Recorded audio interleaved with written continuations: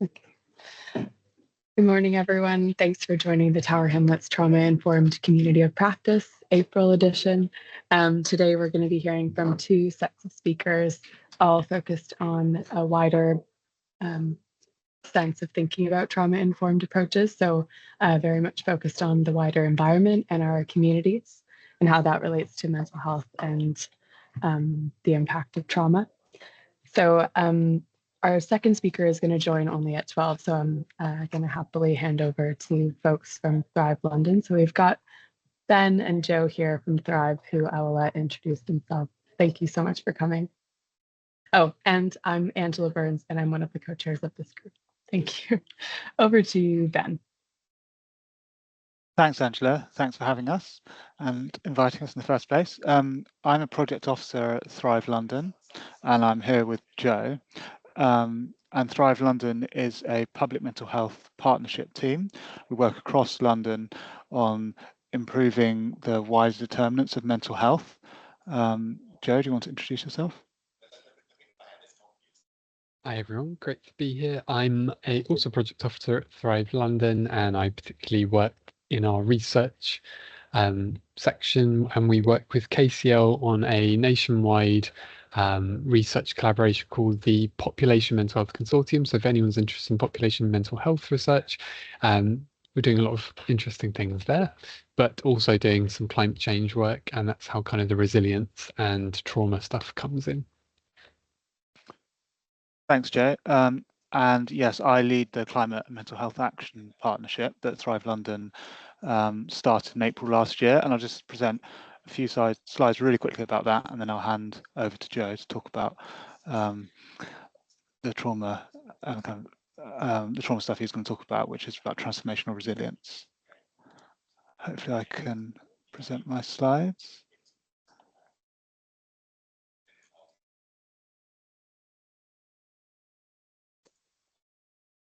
Can everyone see that? Yep. Great. Okay. Just go through those. So this is the description of the Climate and Mental Health Action Partnership that Thrive London run. We launched it in April last year, and we were thinking a lot beforehand about the climate crisis and the environment in London, including the natural environment and the impact on people's mental health. And we made the case for win-win action that improves mental health while tackling the climate crisis. And we launched a partnership in response to the desire from stakeholders to do this. And I'll send these slides around afterwards so you can read through them. We want to create a London where everyone can take climate action in their communities while improving their mental health. And a key thing that we launched as part of this is a forum focusing on climate, environment, and mental health that's open to individuals, communities, people from lots of different organisations, and it's grown into quite has a large membership now, over 200 people, and it's grown into a really energized space with a lot of momentum to drive change.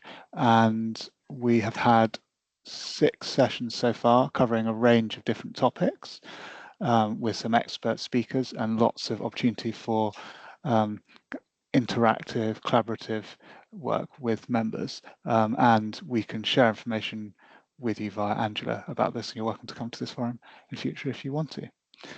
And I will now hand over to Joe. Thanks, Ben. So a few weeks ago, we ran a session on community resilience and transformational resilience, and Angela kindly invited us to come here and present some of that work here. So the slides that I'm going to present today were developed by an American organization called the International Transformational Resilience Coalition, as part of an international project. I think it came out of sort of COP and international climate change organizations around how to build community resilience. So I'm going to sort of present those. They're not my slides, so forgive the formatting, which is my first content warning, but also second content warning. This is a trauma-informed practice space, so obviously please take care of yourself if any of these themes kind of bring stuff up for you. Some of it is is quite strong language around the climate crisis in order to sort of provide a bit of context. So I will share my screen. Hopefully you can see that. So the title is Community as Medicine. And what I'm going to do is kind of run through some of the initial slides quite quickly. We can come back to them if anyone has an interest in them, and then slow down a bit and talk about transformational resilience. So the phrase that we're going to talk about today is climate ecosystem biodiversity catastrophe. So that's kind of what we're living in. That sets the context for the processes that are going to change every part of society, including an epidemic of mental health problems, and that we need to think about through a population lens. So that links to the public health context that kind of Thrive operates in, and the population mental health context that we're thinking about. So the most pervasive impact is particularly on, for example, London, will be cascading disruptions to systems that people rely on for their basic needs, and that will cause a lot of stress, things like water shortages, job losses, illnesses, loss of place, community and natural environment, disruption of social networks. All of this will have a knock-on impact to our emotional lives, and there's a lot of stresses there that you can see. And it's the cascading disruptions which are particularly problematic. So these will become more frequent, extreme and prolonged, or the emergencies and disasters that we live through, and this will cause trauma to millions. Disasters can traumatize 20 to 40% of those who are directly impacted. And we can see the kind of range of things that can impact. So particularly in London, we've heard a lot about heat waves and the impacts on various kinds of communities, particularly marginalized, vulnerable communities.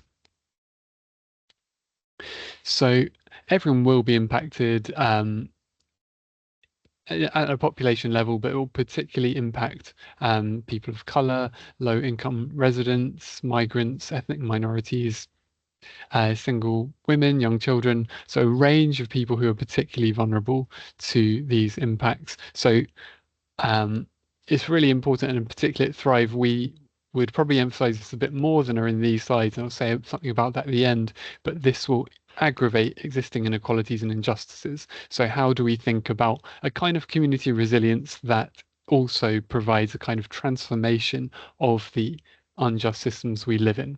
But maybe I'll come back to that at the end. The point of this presentation is that there's a potential for a global epidemic of distresses and traumas at the individual, community and societal level, many forms of distress. I'm sure you kind of all know about individual trauma, and this presentation particularly emphasizes community trauma. So trauma that damages the basic tissue of social life.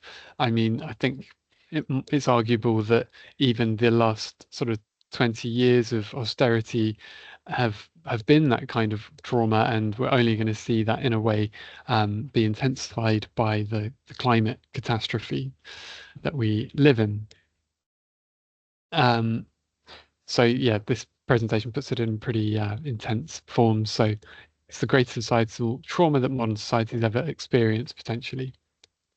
It's important to note that there's no physical health without mental health, and in all of these climate crisis discussions, there will be physical health comorbidities with the mental health crises that arise. So yeah, basically the point of this is about epidemics, that these traumas might become buried in the nervous system and make it even harder for us all to react to these crises, which actually blocks climate solutions. So the more that we experience these climate traumas and these feedback loops, the more difficult it will be to find solutions, particularly given how everything is kind of interlocking. So environmental, structural, community, interpersonal, individual trauma. Our current solution to this is mental health services. So a lot of the debate, the dialogue that goes on around this is, well, how if after a flood there's a 30% increase in the likelihood of depression, so how do we provide better mental health services to people, which is one useful approach, but our mental health services are already massively stretched. We know there's a 75% population treatment gap, for example, in a study that was done in Southwark. So 75% of children with mental health needs are not getting the treatment they need. This is only going to be made more intense with the climate crisis. So how do we think about transformational changes? So what this presentation suggests is we think about a population level capacity for transformational resilience. So this is all about helping people to develop the capacity to buffer themselves and push back against stressors and find constructive new sources of meaning, purpose, hope, and courage. And that's really important because this type of suffering and trauma is kind of in the climate crisis, it's something that doesn't really have a direct cause that you can see, like some forms of trauma. There's no endpoint, no resolution or simple cure. So it's a very different type of trauma to classically studied forms of trauma. So one nice sort of pithy approach that this presentation takes to transformational resilience is thinking about capacities that people can develop. So it uses the language of presencing or self-regulation to calm the body, mind, emotion, and behaviors in the midst of adversities, and also purposing, so finding new sources of meaning, purpose, hope, and courage in life in a world that is in a very, very unknown state of flux. So not returning to a prior sense of identity or meaning, but finding new meaning, purpose, hope, and courage in kind of coming together, I guess, around transforming our communities and societies. So this will intensify the need for social connection, so interactions with friends, family, and neighbours, and that will mean that we need to take a public health approach to this level, multi-systemic approach to building community, going beyond the individualized mental health services approach that we've taken before. So taking a population level approach doesn't just focus on individuals with symptoms of pathology or high-risk groups. The mantra must be to leave no one behind. So preventing problems before they occur is particularly important. You know, we've heard this discourse over and over again. It's particularly strong at the moment, the prevention language in the national social political discourse. So we've got to strengthen social factors, social supports, resilience skills, habits, local resources to build and sustain all of these kind of strengths that are already out there in communities, and will only become more important. So this approach suggests that establishing social infrastructure in communities is really important, and they have a technique or a sort of approach called resilience coordinating networks, and I know that kind of exists already in some forms in London. What they see this as doing is engaging an array of grassroots and neighbourhood leaders, civic groups, multi-dimensional stakeholders, kind of like what we're doing in our forum, bringing people together, jointly planning and implementing multi-systemic strategies to strengthen capacity for mental wellness and resilience. So yeah, again, we're beginning that work with our climate mental health forum.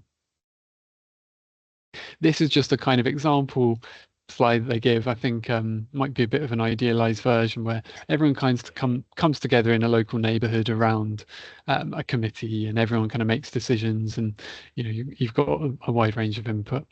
And again, it's an American context. So then there are some sort of more practical tools for doing this. Building social connections, so bonding social support networks, bridging and linking those networks. Ensuring a just transition by engaging residents in things like living wage jobs, locally owned businesses, healthy public spaces, fostering universal literacy about all of this, so mental wellness and resilience in the context of the climate crisis. So things like what this space does, so trauma-informed knowledge and skills, and then those kind of purposing and presencing skills that I mentioned. Engaging in practices, I'm sure everyone's very familiar with these kind of basic wellness practices, so learning, gratitude, simple joys, all of that, so getting the basics right. And things like peer-led groups and community-minded opportunities to heal the inevitable traumas that come with the loss of the climate crisis. And they give some examples, and I will share the slides at the end, but I won't go through them all now because I think we'll stop there and maybe have a bit of a discussion about all of that, because I've just given you a lot of information, so you might want to take a second to process it. And yeah, happy to take any questions. I'll stop sharing my screen.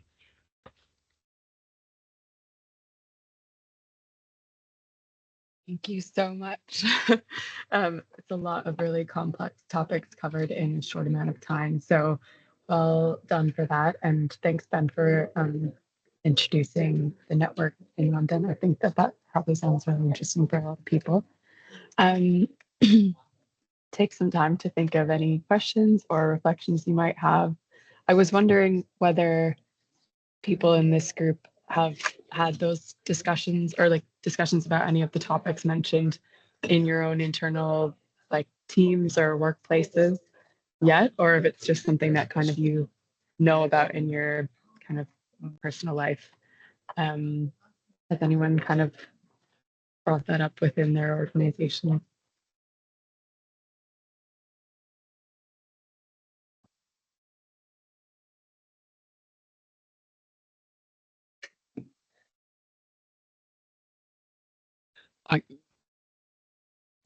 Go ahead, Patricia. Nice to see you. Hey, sorry for being late.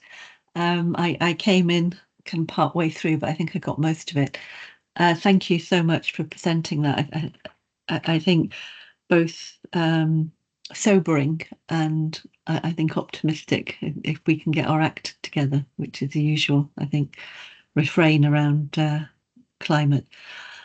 In Elft, we have some champions. I think they're called green champions. Last time I checked, it may have changed. And they've really been focusing on what we can do as a large NHS organisation to reduce our contributions to climate change. So that's been the main focus. I think there hasn't been so much focused on how can we help our the people we serve in our communities, staff and service users to prepare, I guess, and kind of become resilient in the face of something. I think we're also really one of the slides talked about that kind of we're still in that treating individuals, even though we talk about prevention and population health. I think the NHS is facing a real challenge to move towards the kind of the 3 shifts left as the government talks about. So and it is something. I will stop talking in a minute. It's just I'm digesting what you presented, more things coming to mind. But yeah, really thinking about how we can help our services to hold this in mind with everybody that they come in contact with. And it's that kind of, using the image of downstream versus upstream. I think we feel unable to leave people in the river. We need to be treating those, but how do we make time to kind of repair the bridge? I don't have an answer to that, but yeah.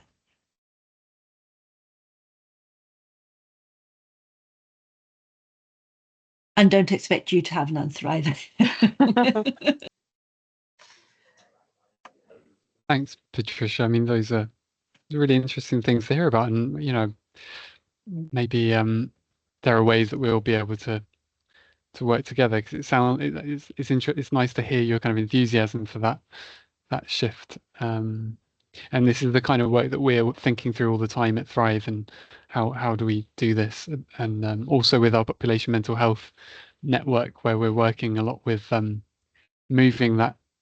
We're doing population mental health research, but it often does drift into the services, and it's kind of I think it's an ongoing question for all of us. So thanks. I don't know if you already said this, but if there is a network that we can become part of, that would be great. Just to come back on that, I don't know if you saw at the start, Patricia, maybe you weren't here. I presented on Thrive London's Climate and Mental Health Action Partnership, and we have a forum that is where Joe initially gave this presentation. Angela came to that and invited us here. I've put some information in the chat, but we'll also send some round afterwards, and you're very welcome to come along to that. It's about climate and mental health action that's coordinated across London, and it considers some of these things. Seems like a really good opportunity to connect those. Sarah, do you have a question or a comment? Hi, thanks for the presentation. It just brought to my mind things around, as well as it's not specifically for climate, but around mental health and the effects on mental health. And I guess that is also affected by climate and, pollution and things like that, especially in London. And made me think of with communities as well, and the importance of communities around services ending, because our service is kind of feels like, so our service, I work at Crisis, and maybe some other services are becoming more time bound when people maybe aren't quite ready to move on from the support, and community becomes so much more important, and how to bring that in for people, and which are the right services people need to be able to move on and sustain themselves and their well-being. And I went to an interesting nutrition talk yesterday as well. That might have been with someone through ELFT, and just the importance of nutrition, which also comes into climate, I guess, and people and nutrition and well-being, and how important that all is. It was specifically around homelessness, but yeah, it just brings up those thoughts for me. So it was just a comment, really. I guess it's useful thinking. It does make you realize how interconnected everything is, just like that diagram that you were showing, Joe, about the different kind of determinants of health. I think too, what it brought up for me was like I feel like it's kind of understated, not in your presentation, but in general, like the importance of the kind of, what was that? The two factors that you mentioned around self-regulation and adversity-based growth, and like feeling okay in the moment. Because I can imagine that, or like doing things that we can do to kind of feel slightly better emotionally, because when you think about words like catastrophe and crisis and everything, I could imagine for a lot of people it's like, I don't know what to do there. I'm gonna just put my head down and just get on with things, rather than kind of carry on with trying to address the really bigger issues. So I think that was a really helpful point to bring up, and it, like, I'm sure it relates also to things like nutrition, as Sarah was mentioning, so that we all have to kind of take care of ourselves in order to address this together.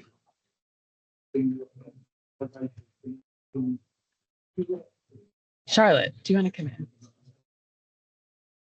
Hi, yeah, thank you. That was really thought-provoking. I work within education, and specifically early years, so I suppose it's making me think a lot about how we work with early years practitioners and teachers to hold contain a bit how children are feeling, and also building that sense of community and hope and resilience. And also how, I think we've only just really begun. I've only just noticed quite recently. I think schools do lots of work around looking after the environment, but in terms of making resources and nurseries kind of more sustainable, that's a kind of another branch of it, really. It's less about but perhaps the mental health aspect of that is people feeling like they're doing something, and that's helpful. But I think lots of the practical stuff that nurseries are dealing with must feel out of their hands a lot of the time, like nappies and single-use items.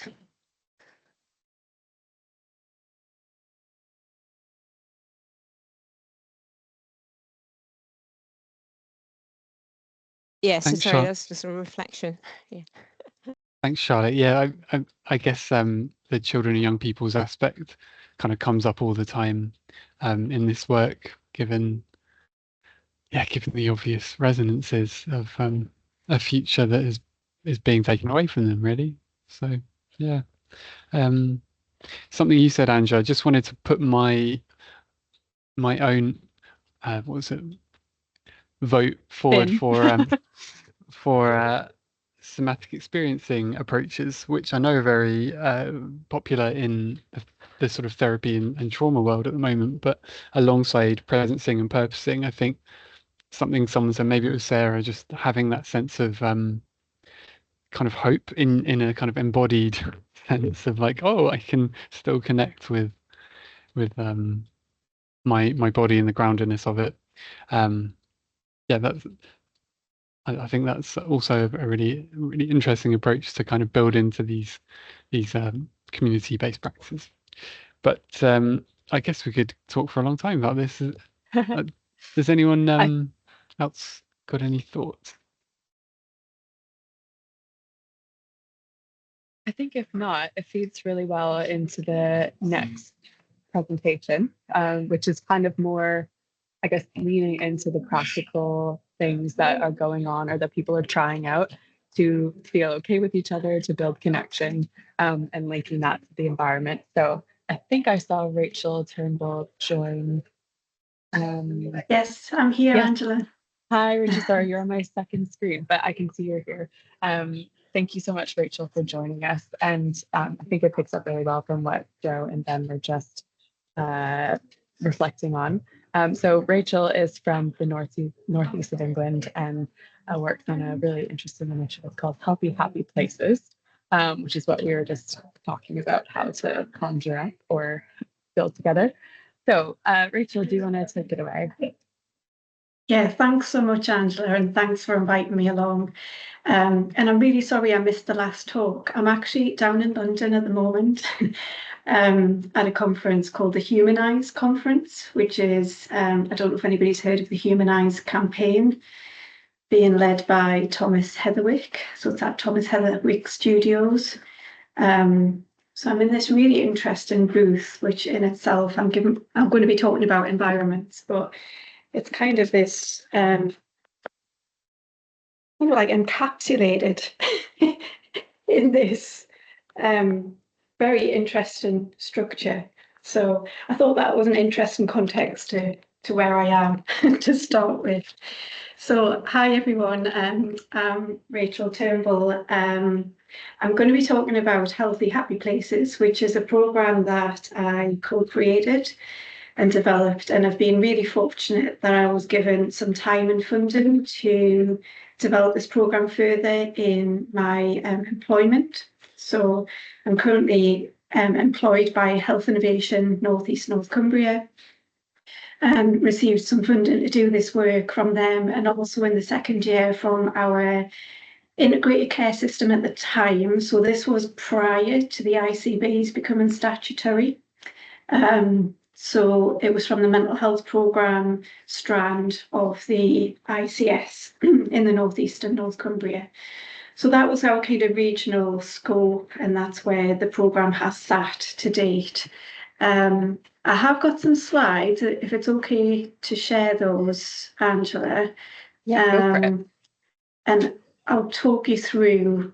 There's quite a lot, so I might not get through all of them, but it's been quite a visual programme. So, and I'm quite a visual person, so I just find that it helps me quite a lot as well. But feel free to kind of dip in with any questions or anything. So the work I'm going to talk about specifically, I'll give you a little bit of an introduction to Healthy Happy Places and what it is. And then I'll talk about some very practical project-based things that we've done in the North East. And then I'll share some examples of resources for trauma-informed placemaking, which is essentially what this presentation is about. So, first challenge, how to move the slide on. So Healthy Happy Places is, in a nutshell, how we can think about using the built environment as a tool and an enabler for creating more positive mental health and well-being, through thinking about how we design our places and spaces, essentially. My background is a clinical psychologist, so that was my original training, but I've since done further training in urban planning and design. So I've got this kind of mix of different perspectives, and that's where this programme really developed and kind of was born, really, sitting between those two worlds of, mental health, health innovation, how we do things differently in health versus planning and design world, and how that kind of happens. And it felt like they didn't really meet too much. There is, of course, lots of good examples out there, but you've kind of got to hunt them down, you've got to search for them. So this approach was intended to be a concept for how do we develop more of a multi-sector approach? How do we bring together knowledge, skills, experiences from our communities and citizens as experts, but also between health, public health, architecture, design, the arts, and planning and regeneration. We've always worked in areas of inequalities. That's been really, really important, of which, unfortunately, we have many in the North East. And always having a creative strand in everything we do. So it really draws on the sort of creative health element as well. So just in a nutshell, so all the projects we've done have been very place specific, so hyper-local. It's about people and it's about communities at the root of all of this. And then when I talk about the built environment, really what I'm talking about is buildings. So that's maybe the inside and outside, but it's also all those spaces in between, the glue that kind of holds things together. And then really importantly, it's about what evidence is out there and how we start to transfer that knowledge into practice. And I describe it really as a way of doing. There's lots of toolkits out there now, and I'll describe some of the ways of doing and ways of thinking that we've introduced. So I often talk about a recipe book. So we have a method and we have a set of ingredients. This was all kind of built from the ground up, I guess. So this isn't rocket science at all. It was just when we were starting to do projects, I wanted a bit of a structure around it. So how are we approaching this? How are we thinking about these things? So essentially, a lot of what we've done and what I'll show you in the projects has been around understanding that lived experience in place. How do people experience this place? What does the data tell us? But actually, what do the stories tell us? And they often tell a different story. And then, of course, how we then go on to use that experience. So this is where the trauma-informed relevance come in. So when we think about the projects and this way of doing, we set out a number of ingredients that we thought were important for healthy, happy places. And there is evidence based on these, but it is trauma-informed placemaking is still a very niche area, I would say. And it kind of builds upon some of these other ingredients that I listed. I haven't got time to go into all of these, so I'm just going to really drill down on the trauma-informed element for the rest of this presentation. So when we think about trauma-informed placemaking and what placemaking is, it's really about Cara Courage, who is one of the pioneers on trauma-informed placemaking. She talks about an approach and a set of tools that really puts the community front and centre of determining what place looks like, how it functions, and I think how it feels as well, how it feels to be in this space, to be in this community. And I guess if we're thinking about healing and recovery, requiring that kind of multi-dimensional approach, we have to focus on the environment as one of the mechanisms of that recovery. So therefore, placemaking becomes a really important part of the whole system. So this is not just about healthcare and the NHS. We really need to think about how we pull different sectors together to really create innovation and doing things better for our communities that are more healing and that aid recovery. So there's, I mean, I'm speaking to the converted here, so forgive me if any of this is just common knowledge and common practice, but I'm sharing some of the things that I've kind of learned along the way, and I'm still learning, if I'm being honest. But just thinking about that physical environment and what it does to us physiologically and why it's so important. So having that design and physical space that communicates consistency, predictability, care, we know those things calms us, as humans, and we really need to be pulling that into our design when we're thinking about what surrounds us in everyday life, not just in a therapy room, which has its issues as well, I think, as some of us will be aware of. So there's something about the community and there's something about the therapy space as well. We know that things in the natural world, so you might have seen I had biophilic as one of the ingredients. So essentially that just means how we can use elements of what's in the natural world to bring into the design of a space. So whether that's through using textures, colours, appealing to the senses, so things that we experience in the natural world, wood, like I say, textures, fractals, things like that we can really consider how we use those in our places and spaces, because they have a really big impact. So briefly, to just show you some of the things that we've done in the Northeast. We did 3 projects in North Tyneside, working with the council. So I've just showed some images here of what Wallsend looks like. So this is one of the towns in the Northeast. So in many ways, I'll start with the assets, so I think part of this program is about us being asset-based, looking at the strengths of a community. And as always, there are always assets in a community. That always has to be the starting point. But you can see that from some of these images, the coach and horses there, the dilapidation that's sometimes present, and particularly on our high streets as well. And, this is not unique. We see this in lots of towns. So this is kind of what North Tyneside Council were looking at as a master plan. So how do we develop this town? What needs to be in it? So there are always, there was already a consultant in post to do that in terms of planning consultants and design consultants, and they're typically all like the big design houses that do this. So we were commissioned to see what Healthy Happy Places could bring to that process. So when you think about the redesign and regeneration of a place, what is it that Healthy Happy Places can bring? So we did a creative commission called Places of Sanctuary, and we commissioned some artists to work with us. And we really wanted to explore how our towns can create and nurture this more positive health and well-being. What does that sanctuary look like? What does it feel like? How does it relate to a development master plan of place? And we did that in 2 places, North Shields and Wallsend. So we had some really lovely engagement sessions, so around understanding place. And this was the artists worked with local charities to do some of these exercises, looking at some of the feelings and what came up from people in these town centres.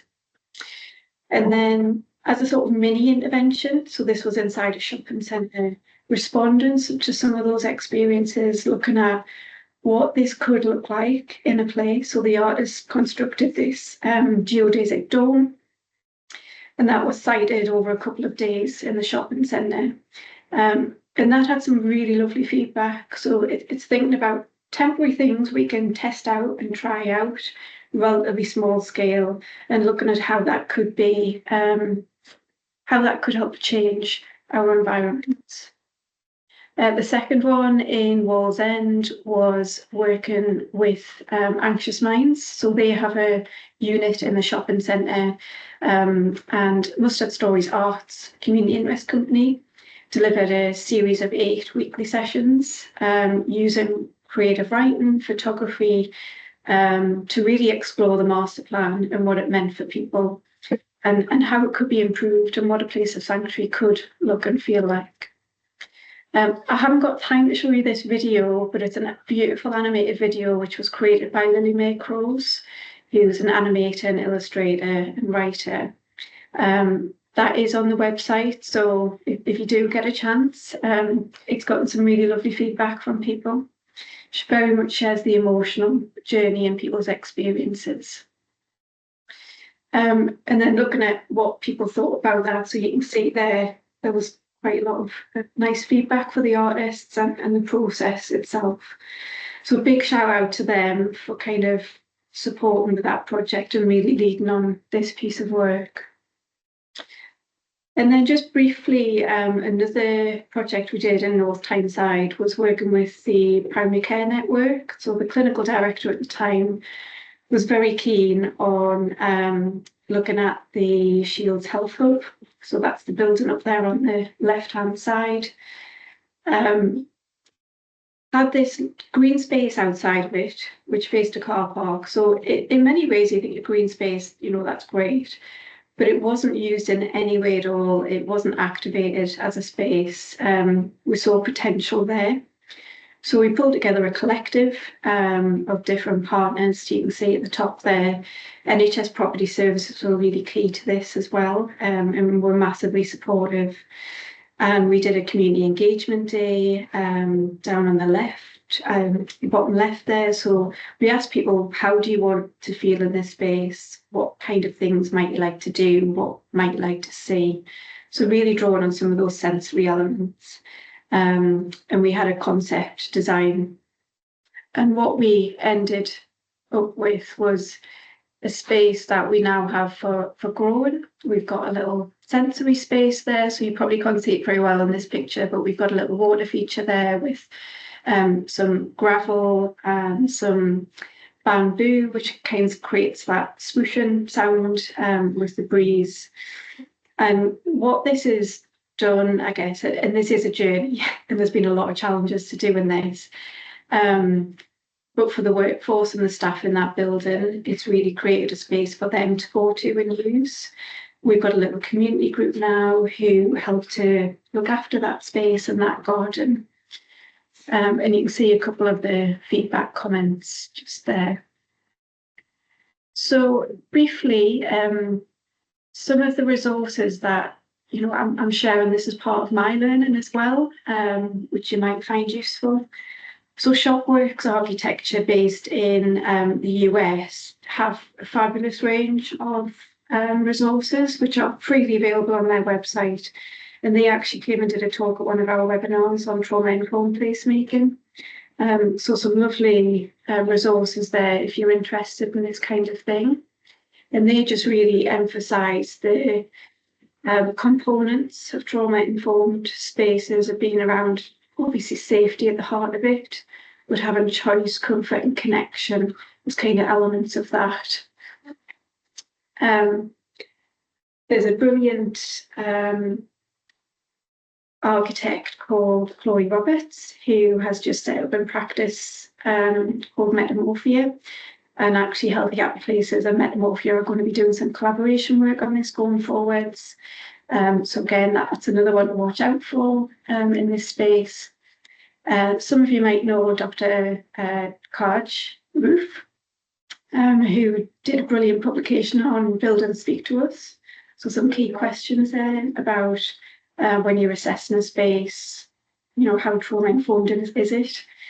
And again, I'm sure you're very familiar with some of that stuff already. I mentioned Cara Courage as well earlier in the talk. She has her own website and a trauma-informed placemaking. And then finally, again, I'm sure some of you will be aware of Dr. Nick Rhodes, who has the Nightingale Project, and he's looked at the interior of spaces and working with artists down here in London to really reinvigorate those spaces and change them so they're more therapeutic and more healing. And then just finally, before I stop, one of the outputs of the Healthy Happy Places programme is being producing a sort of ingredients card, I'll call it. So very high level sort of top tips around each of those ingredients, things to consider, things to think about. So I've just copied that down there. I am working on a website at the moment because Healthy Happy Places has now spun out to become a social enterprise. But we're at the very beginning of the journey for that. So there will be a website, but in the meantime, I'd love to refer you to Health Innovation North East North Cumbria and thank them obviously for the brilliant support that they've given to this. And I'll stop there. Thank you very much. Happy to have questions, challenges, conversation. Thank you. And can I just start by saying your slides are so beautiful, Yeah. or all the thank images you. are really just nice to look at. So I'm glad that Thank you went you. for that route. And thanks again also for all the kind of resources at the end. I think that will be quite useful because a lot of people in this room work in various services, and I know that sometimes we don't always know where to start when thinking about like trauma-informed space. So I think those are some good places to start. So thank you so much. Any initial reflections from the room? Go ahead, Sarah. Hey, that was really great. Thank you. I just wanted to ask about funding for these kind of things. Do you have to apply through your local council or other spaces for the funding? So that is my next challenge, Sarah, if I'm being honest. So I'm very fortunate that we've been able to achieve these things through Health Innovation North East North Cumbria and our ICS over a period of 3 years. That wasn't a huge amount of funding, but obviously it was my time. And I had some support from a planning consultant as well, Timothy Crawshaw, who was really integral with this at the beginning. So it's had a very much a transition period now, and that's why I've set it up as a social enterprise, because I want to have that ability to be able to attract grant funding, but also have some income generation as well. I think, and there has been an evaluation done on it, on the programme as a whole, and I think the relationships that you build up, I mean, as trauma-informed practitioners, like, we know that's so important anyway, isn't it? But in any space that I've worked in, that's been so important, like having the trust from the different people that we've had in the collective. And that obviously takes time. And I guess the challenge is trying to build that as a way of doing and as part of our practice and part of the culture of the way Healthy Happy Places will do things in the future. That takes time, and getting that time funded is challenging. So I'm not going to paint over that, because it is a challenge. So I'm kind of still learning and will continue learning in terms of how this is funded. I think obviously local authorities are strapped for cash as well. And it's about trying to demonstrate, the next steps is trying to demonstrate the value and what impact this can have.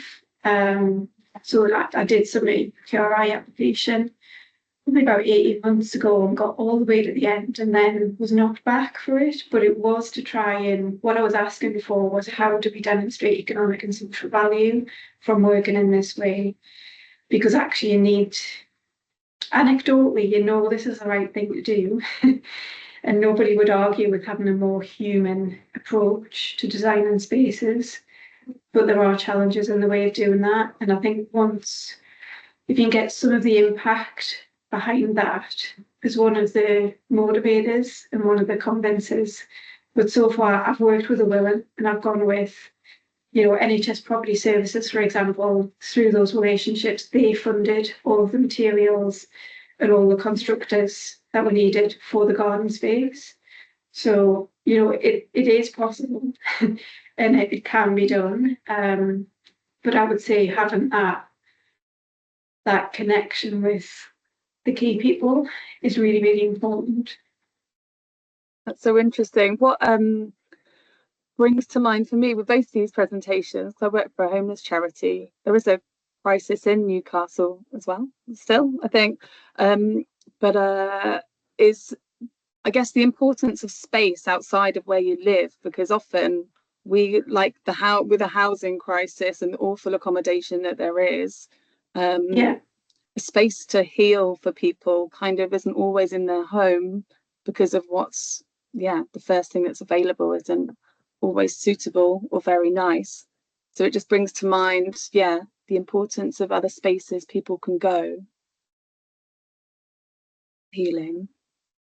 I totally agree. Like, public spaces are so important. And it requires change from a lot of different people to make that happen. So developers, you know, is another key sector, and that's what's being talked about today here in the Humanize conference. You know, it's centered around the take that they've got is boring buildings. How do we make buildings more joyful? But actually that extends into our spaces as well. But to achieve that, you've got to convince developers who, you know, they may have the more economics at the forefront of their mind. I'm hoping that are all like that.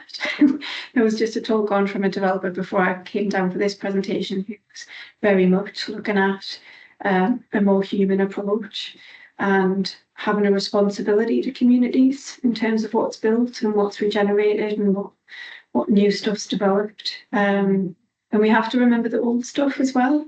You know, the buildings, we've got lots of old stock. It's about how we regenerate those as much as the new stuff. It's probably even more important to look at the old stuff. So sorry, I've probably gone off on a massive tangent there. Does that answer the question? Please say again if not, and I'll try again. No, thank you. It's also interesting. Yeah. Thanks. Thank you. Joe and Ben, I wonder if you had any questions or comments. Not to cut you off guard. Just linking the two. Rachel, thanks for your presentation. I was wondering if you knew examples of this sort of work that's going on in London. There's some brilliant practitioners in London, a couple of which I've got in my peer group. I mean, I think you've probably got a few examples in London, actually, when we think about regeneration. There's have you heard of the Bromley by Bow Hub? I mean, that's We're the one very that lucky to have them in Tower Hamlets. Yeah, of course, yeah, that's one of the local ones. So I've cited those a couple of times, especially like earlier on, because I think that's just a fantastic example of, you know, people coming together and really serving the community and what citizens' needs are. So I have quoted that a few times. I think there's some lovely examples of community garden spaces. So I passed one on my way from King's Cross last night and wandered in. And actually those spaces that are created within those in-between spaces just fantastic. And it's going from that smaller scale, isn't it, up to the big scale stuff. You know, how do you get the big corporate kind of buildings that mostly look the same? Dare I say it? Like about our new stuff is not right. So I could probably hunt a few more out if you want other examples. Very happy to do that. Yeah. Thank you. I'm not sure what they do, but I know because Tower Hamlets is also home to Canary Wharf, and they have kind of a I don't know if you would call it a foundation, but they do grant giving, some related to well-being and some related to like the environment. So it may be that there's stuff that they've funded or could fund in East London that we could showcase and or expand. But yeah, it's a good question, I think, to kind of bring more local examples and use those to build even more on top of. If there's no other final questions, I'll slowly bring the session to a close. I think it was such a good combo of speakers. So thank you all for coming, and thanks everyone for joining today. Lots of food for thought for how we might bring this across Tower Hamlets and the rest of East London. And yeah, we haven't got another session scheduled as of yet, but there will be, we'll be continuing this for the next year. So look out for an invitation for May and onwards. But thanks everyone, and wishing you a good rest of your Tuesday, and happy April. Bye everyone. You so much. Thank you so Great much. to see you. Bye. Bye. Bye.